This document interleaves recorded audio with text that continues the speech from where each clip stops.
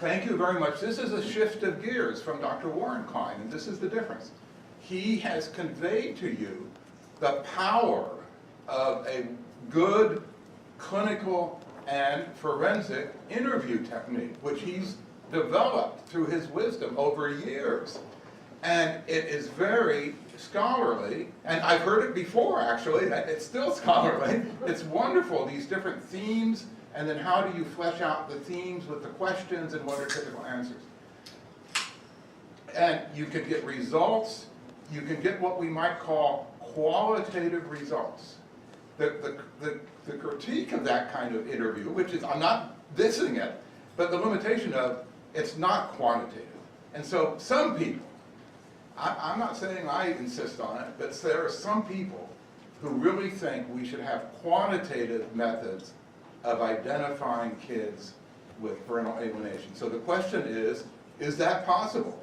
After 32 years since 1985, is it possible, and has research developed? And I'm going to give you examples over a period of years how there have been several attempts to develop a quantitative test for parental alienation.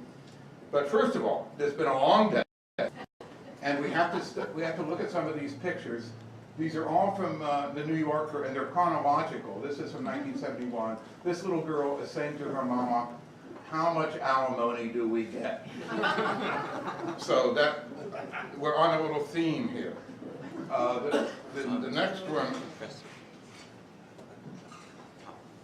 Oh, whoops. Oh, I see. I somehow have gotten off onto this. Let me get rid of this and use this. Yeah, there we go. The next one is this kid is looking in the pet store window, and he's saying, if it's all right, no, the dad is saying, if it's all right with your mother and her attorney, then it's all right with me and my attorney.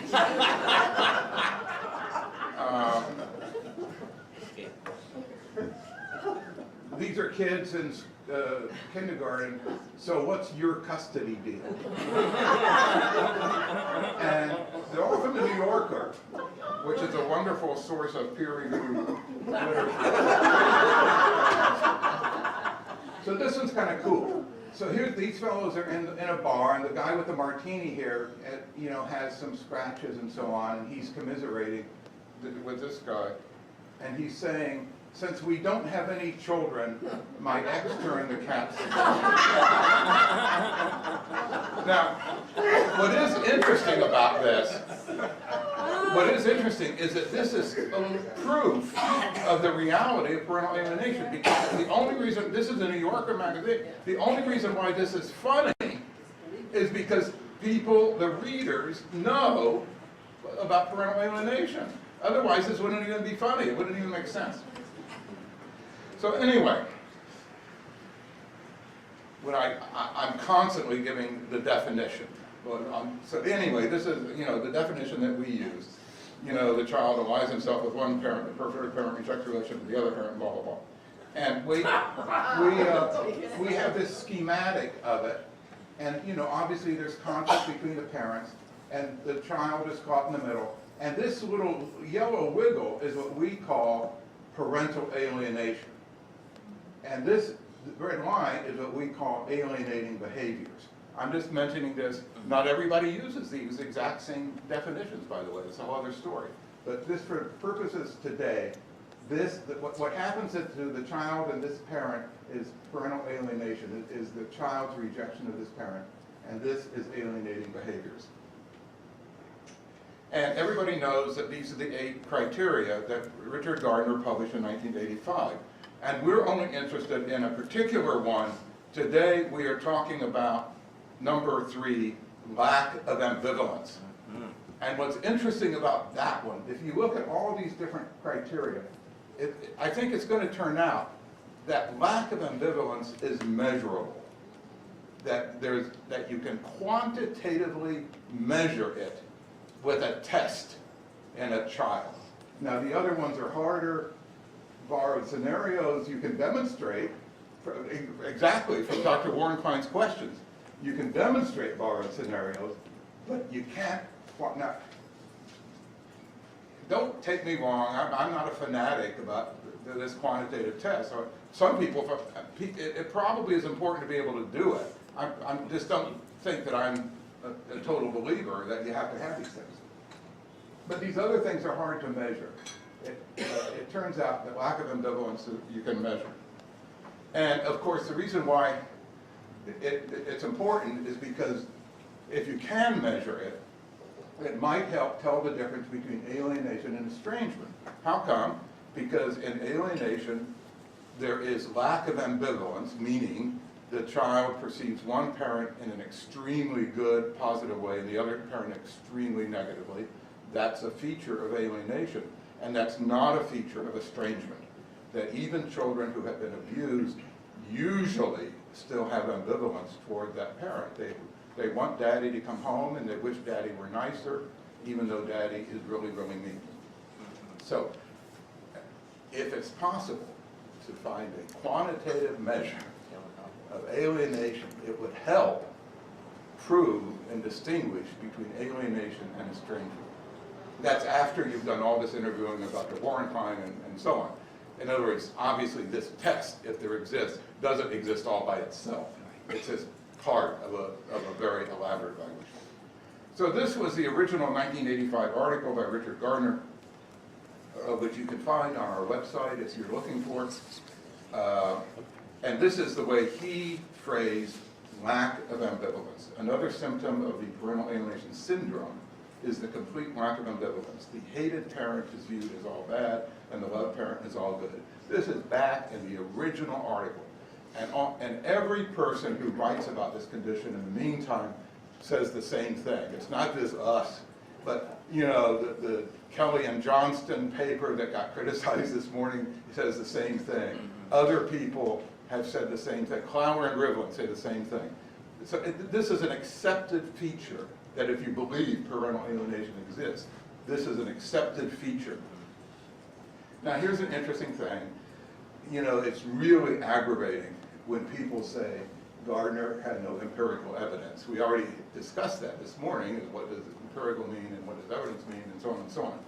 But he was doing exactly what physicians and psychologists and other people have done for centuries. Is he simply collected his observations and he made it systematic. He did, you all know what Huntington's chorea is? You know, it's a neurological illness. Gilles, do you know what Tourette syndrome is? Yeah. And autism, Leo Connor. I mean, it's all these people did the exact same thing that Richard Gardner. So it's really aggravating when people say he had no empirical evidence. It's basically untrue. That can be easily refuted if you just explain to the court that that is ridiculous to say that he had he has what we would call qualitative research, and that he collected cases, he pulled it together, he looked at parallels, and so on. I happen to come across this this is a journal, because I got this because these people said that Michael Saney chapter, where he only talks about quantitative research, and people said, well, what about all this, you know, when we talk about the mountains of evidence, we're talking about the qualitative evidence, which Saney and other people dismiss. This is an interesting journal. It's a whole journal. This isn't a book. This is a journal called Qualitative Research in Medicine and Healthcare. So some people value this. And the general notion is that research frequently starts out qualitatively, meaning people collect case studies and they try to look for parallels and so on and so on. And then as time progresses, it becomes more quantitative. Oops. So, let me see where we're going here. Would it be better for me to do this, maybe? I think we want to go back. Yeah, so that was that. Oh yeah, that was that. So, I wrote this article a number of years ago. This was an attempt to establish how to do a custody evaluation and how to do it systematically. In other words, not just off the top of your head. But is there a pattern? Is there a particular way to systematically do a custody evaluation? And one of the things I did back, I had learned some little tests. These tests are a little bit like the report card that Dr. Warrenklein mentioned. And I'm not going to tell you about these, but these are things that I invented. I felt I invented the inventory of affects, but other people invented the baby bird story and the magician and all this other stuff. But the one I want to tell you about, the little test that I sort of invented in the same way that Dr. Warrenklein invented the report card, is a discussion of likes and dislikes. Because you can do this, and it's semi-quantitative. It's an attempt at collecting information in a systematic way, rather than just, let's have a conversation. And what I do is I write down on a piece of paper, on tablet paper, and I fill in these words on the tablet paper. And I show them to the child. I said, this is what I'm doing. We're going to talk about things about your mom and things about your dad. And we're going to talk things you like and things you don't like. And dislike is a little bit strong term. Maybe I said that means, things you wish they would do differently. And so what happens if you ask children this? So this first one is sort of a normal child. This is an intact family. And as you can see, there are several things about mom he likes, and it's a couple of things he doesn't like, and dad, the same thing. This is the ambivalence. When people say children have ambivalence, they mean that this child says some positive things about dad and some negative things. That's ambivalence. Lack of ambivalence means that one or the other is lacking, which you're about to see. So this is a kid in a custody dispute who I considered alienated. And as you can see, he likes his mom very, very, very much. And there's almost nothing he dislikes. He says she should stop smoking. She only smokes once a week and not in front of me. So that's a really small criticism of mom. About dad, there's hardly anything that he likes. Maybe a few times we had fun. Once we played football. And there are things he dislikes.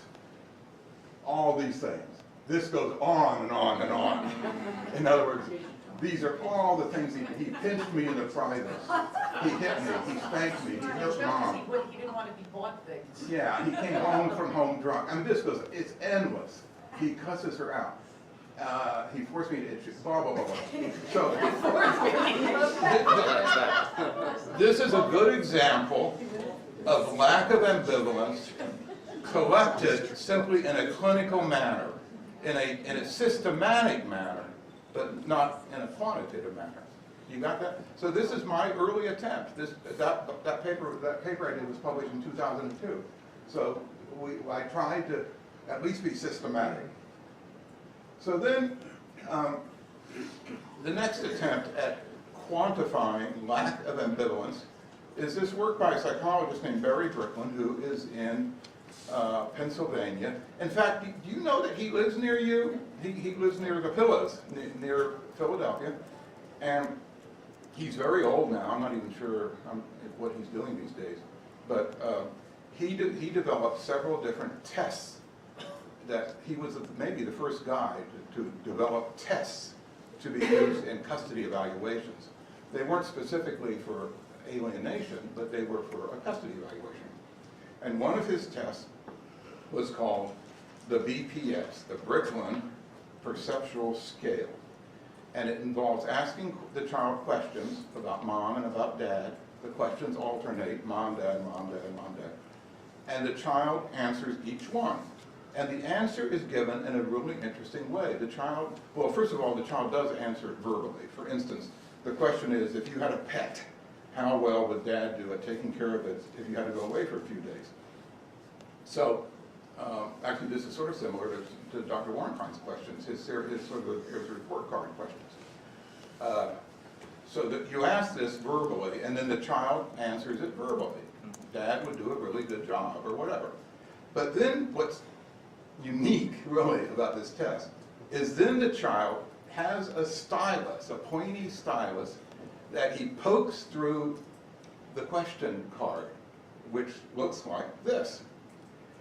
This is the question card. It's out in front of the child, and this says, very well, not so well. So I just asked him, how well would dad do at taking care of a pet. And he has this pointy thing that he sticks through this. And like in this case, he's sticking it through right there. That he's indicating that Dad does a fairly good job at taking care of a pet.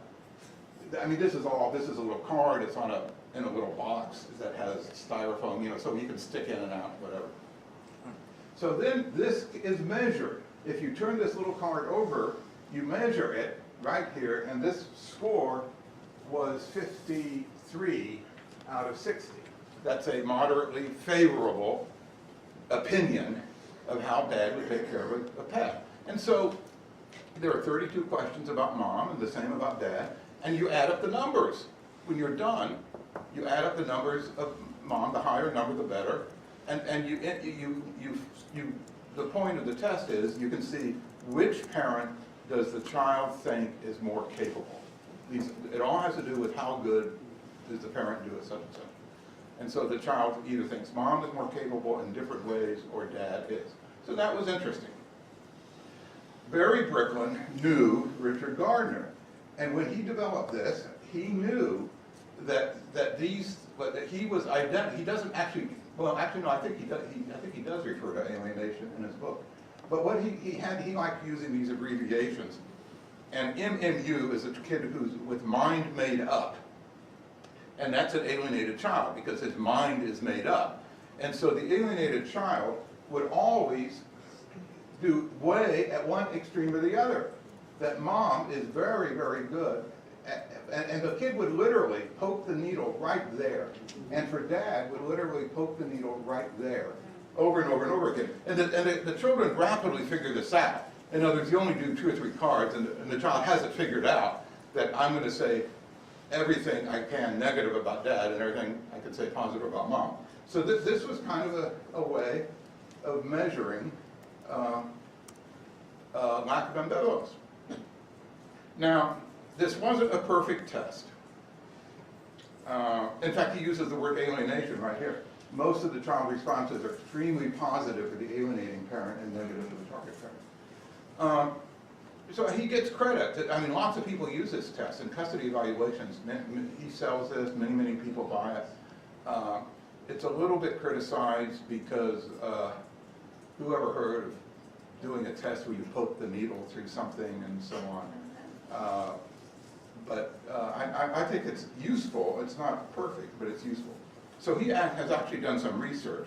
This is something he published in the journal Family Therapy, which was, you know, Richard Salber's journal, which published a lot of things about parental alienation, and which he showed in this article that the validity of the BPS was about 90%. In other words, he measured the test on the BPS with what therapists said about the family, with another test, with what the courtroom decided, and so on, and many 2,000 subjects. And he found that in about 90% of cases, this one test with the poking the needle was corresponded with this other source of information about which parent did the child have a better relationship with. So that's helpful. It's not, you know, it's not a gold standard, I don't think. But you know, it was a good attempt at developing something that measures the attachment of the child, and it specifically measures when the attachment is extreme.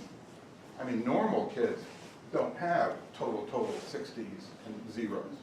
Normal kids have numbers in the middle. So anyway, that's the Bricklin approach. So a few years ago, Amy Baker developed a test. And I forget the name of it. It's called the BAQ, the BAQ, the Baker Alienation Questionnaire. And in this test, there are a series of questions of the kid that are face value valid, meaning they're sort of obvious, actually. You ask the kid, does your mother say bad things about your dad, or actually no, I have this wrong. This test tries to get the 8 symptoms of parental alienation. for instance, tell me some complaints you have about mom, tell me some complaints you have about dad. Some of it is measured, some of it's measured objectively. For instance, do you enjoy spending time with your mom? And that is measured on a scale. Some of it's measured subjectively, like what are some things you don't like about your mother, father, and so on. It's not very long. It's 14 questions. The kid does it on paper and pencil, and it has to be scored. So when you score it, part of the scoring is quantitative, part though is interpretive. That when they ask what are some things you don't like about so-and-so, that's written in hand, and so the examiner has to use her own judgment as to how to score that.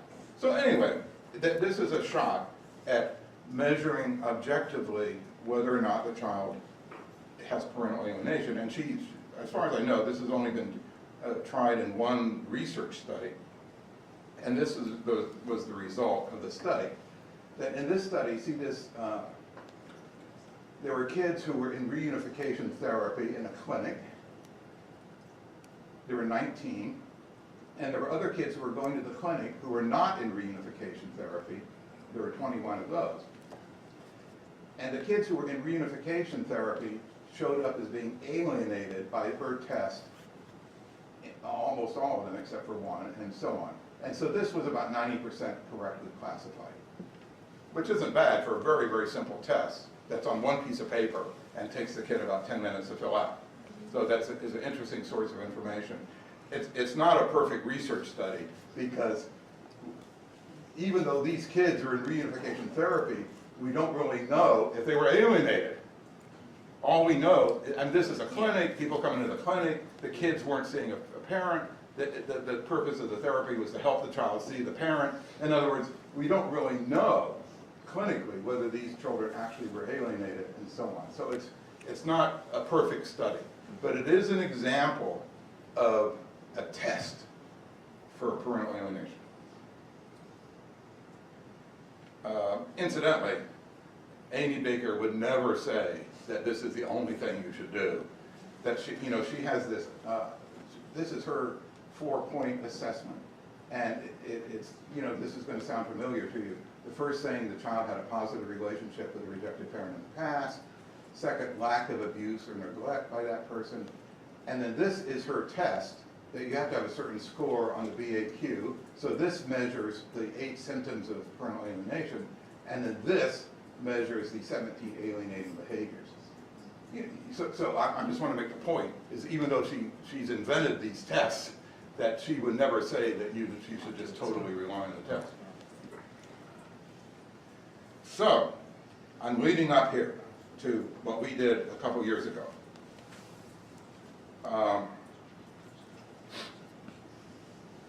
And we use a different questionnaire called the Parental Acceptance-Rejection Questionnaire. And we use that with children in 5 different groups. We had children who were alienated from their mother, children who were alienated from their father, children who were neglected by their father, children whose parents were divorced, but the kid would continue to see both parents, and children of intact families. So this is a little scheme of what we did. So in other words, we had these 5 categories, and we had about 20 children or so, 30 here in each category. The preferred parent, of course, with the alienated children, if it's the alienated father, then the children prefer their mother, 24 out of all 24. If they're alienated from their mother, they prefer their father.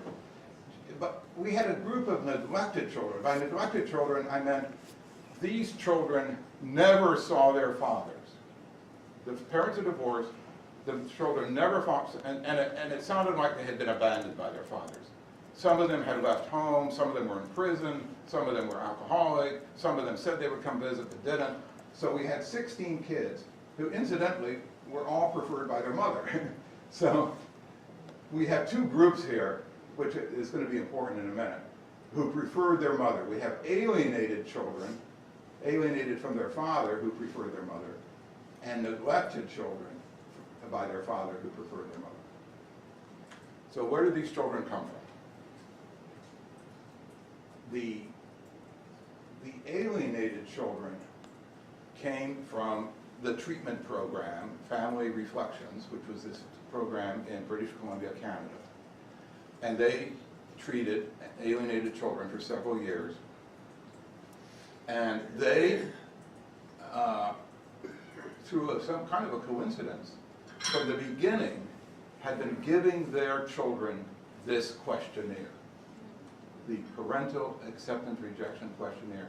They gave their children the questionnaire at the beginning of arriving at the program, at the end of the treatment program, and 6 months later, I think it was.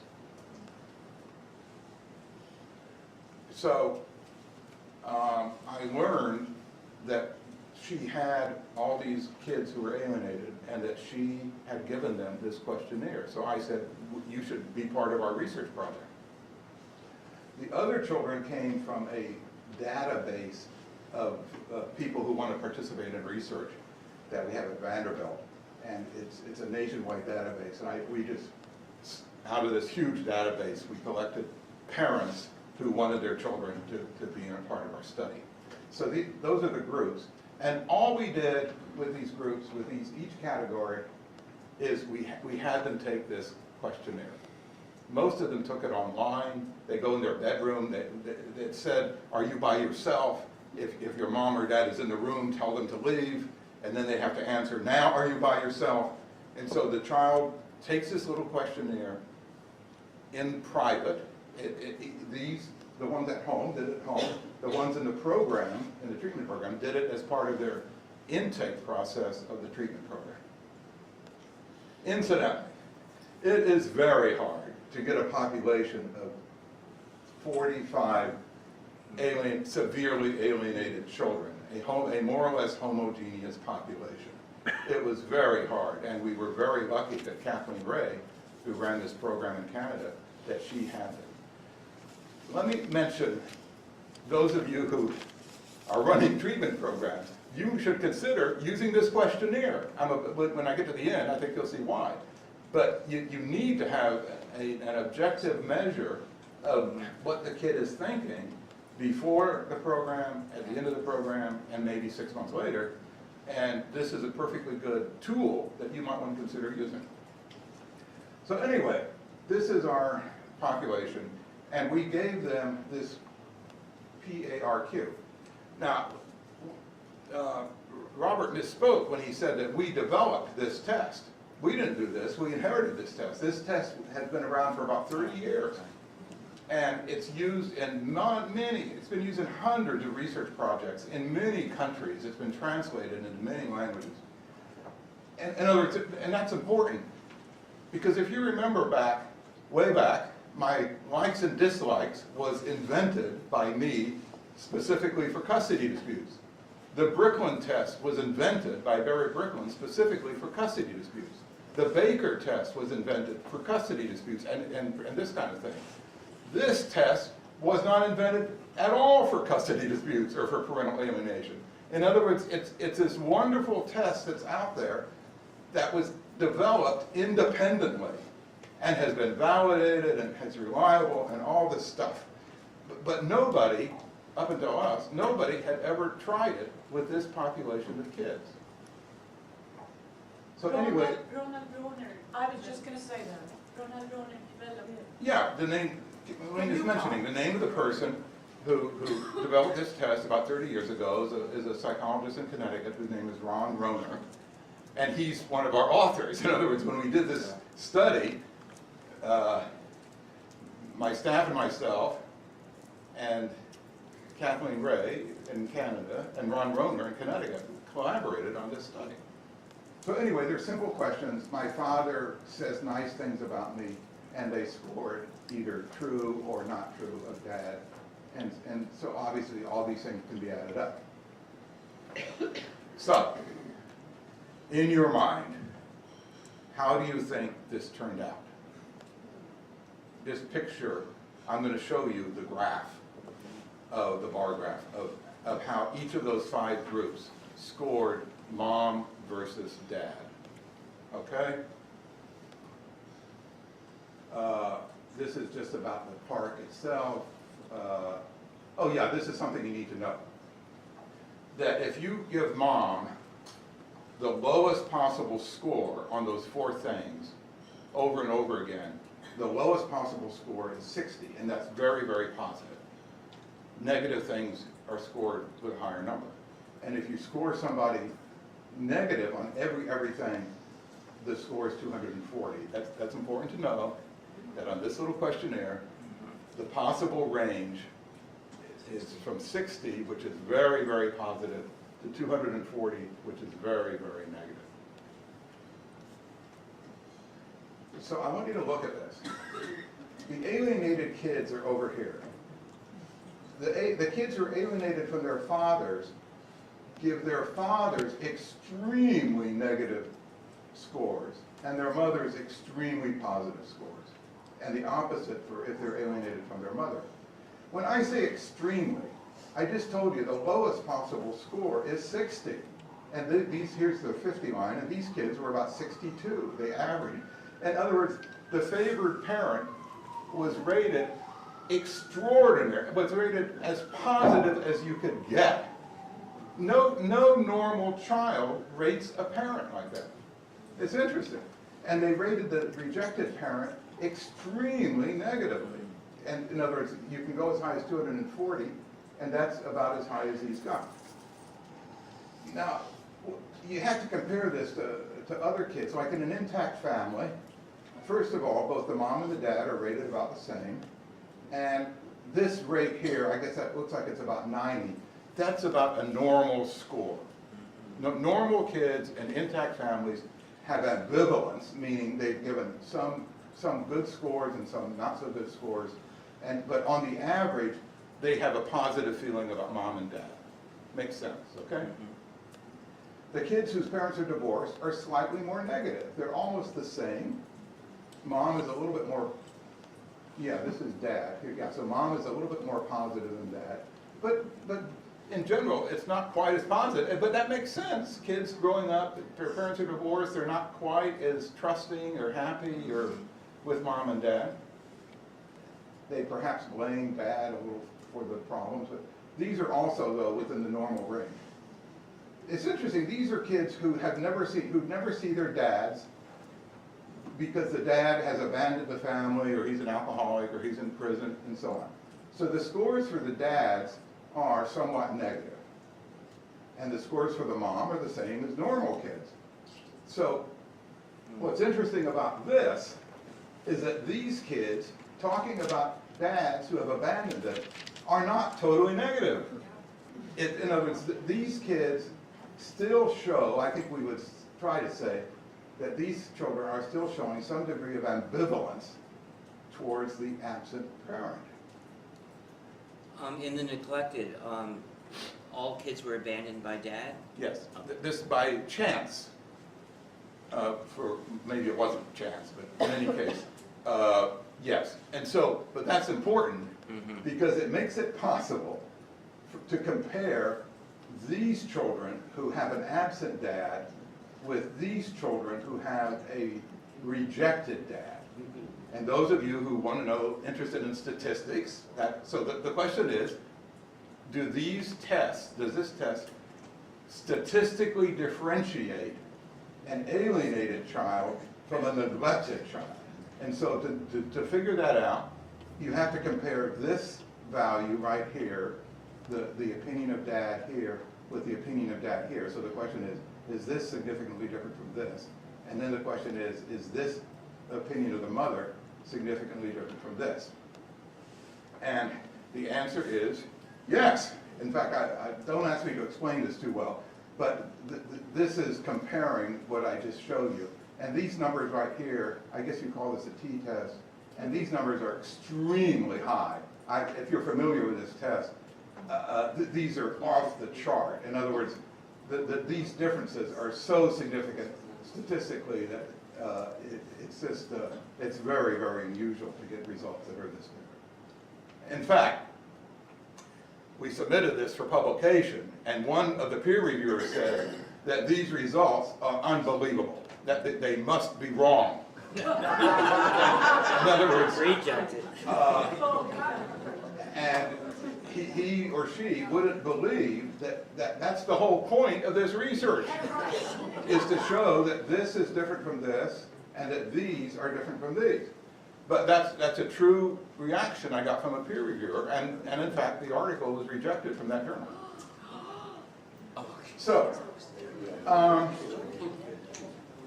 anyway, this was our result. And now this is information about the questionnaire. Like I said, Ron Rohner developed this many, many years ago. You can get information from him if you happen. If you're treating kids like this, it would be interesting to do this at the beginning of treatment and then after treatment and see if they change.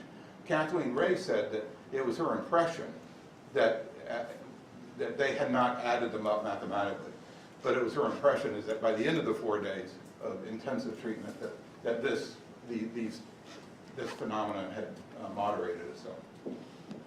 So anyway, what does all this matter? So the conclusion in our paper is that this test is useful for both clinicians and forensic practitioners in evaluating children of divorce where there's a concern about the possible diagnosis of parental alienation. So that's the practical application. I think this has a more ominous theoretical application. Because, see, I think that this helps to prove the reality of parental alienation. In other words, the 45 alienated kids had been thoroughly evaluated. It was as much of a gold standard of a group as you can get. They had all been evaluated by PhD psychologists in different cities.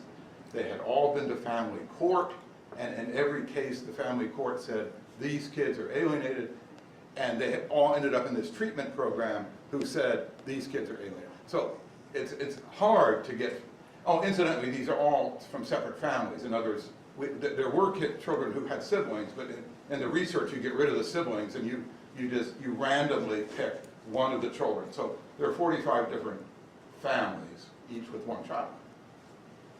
But I think that if you're broad-minded enough or open-minded, you would understand that if there's a test that is this specific and this reliable, this profound, high degree of validity, it helps to prove that this is a real thing, that these children have a different mindset that has gone past the tipping.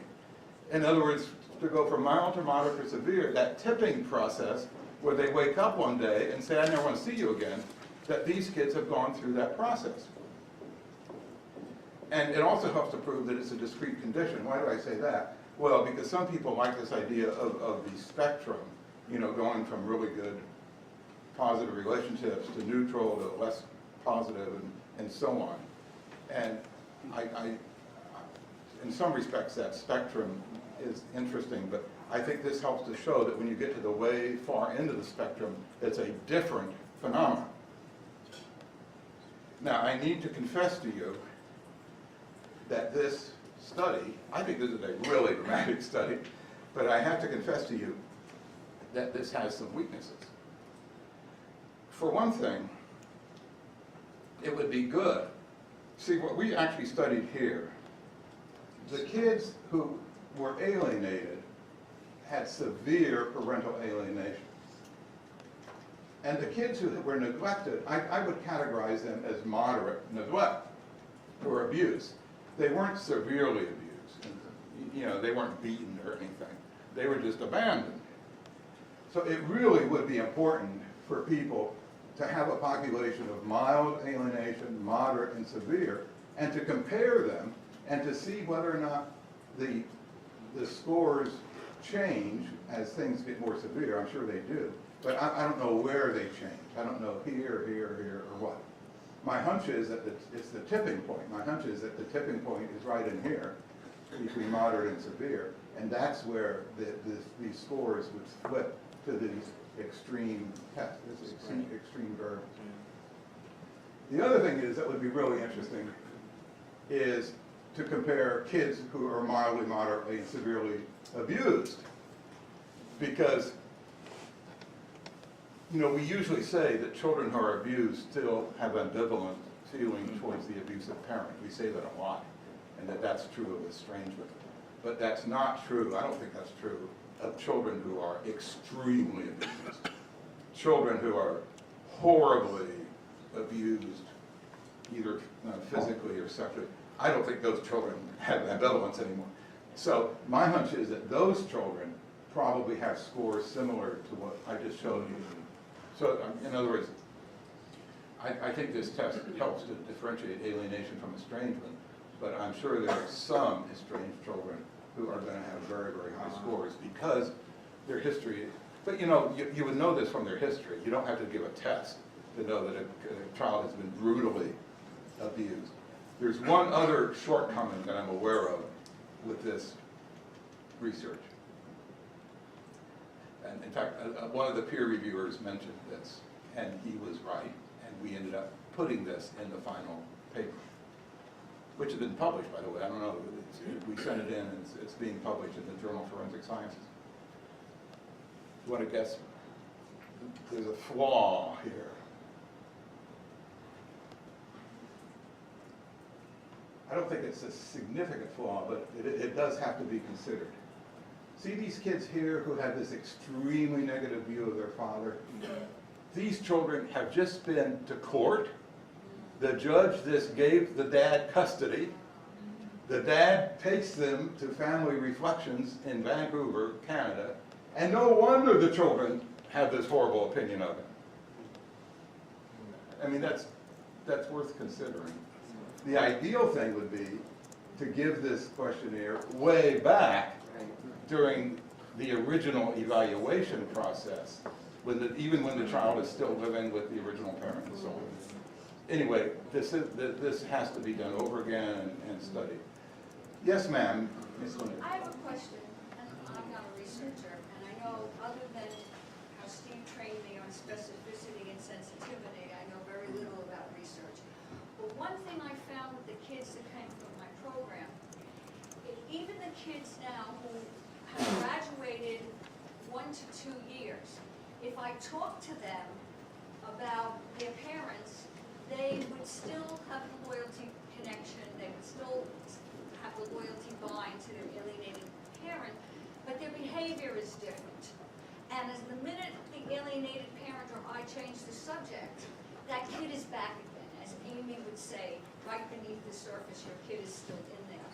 So this is a cognitive test, as I understand it. And I would think you're more inclined to get signs of alienation in a cognitive test than if you had some kind of behavioral test. I don't know, that's just what I'm thinking. Yeah, you may be right. This is a very simple, takes 20 or 30 minutes. It's objective, you can score it by a computer, and you get an answer in 2 minutes. Well, a behavioral test, I mean, somebody has to interpret the behavior, you have to set up the situation, you have to control it, and so on and so on. But you're right, there are other ways to assess this. And then I have to tell you, and on the kids who have been with their have left my program for 4 and 5 years, they already now have changed their cognitive thinking. Uh-huh. So, but it took that long. So I don't know what really. No, you're right. This, I guess you could call this a preliminary study. Nobody ever did this before. And I think the results are really interesting, but it clearly, it needs to be fleshed out. That you need to test different levels of alienation, or different levels of abuse over different periods of time, and so on and so on. I think it's a good beginning. Yeah. Yeah.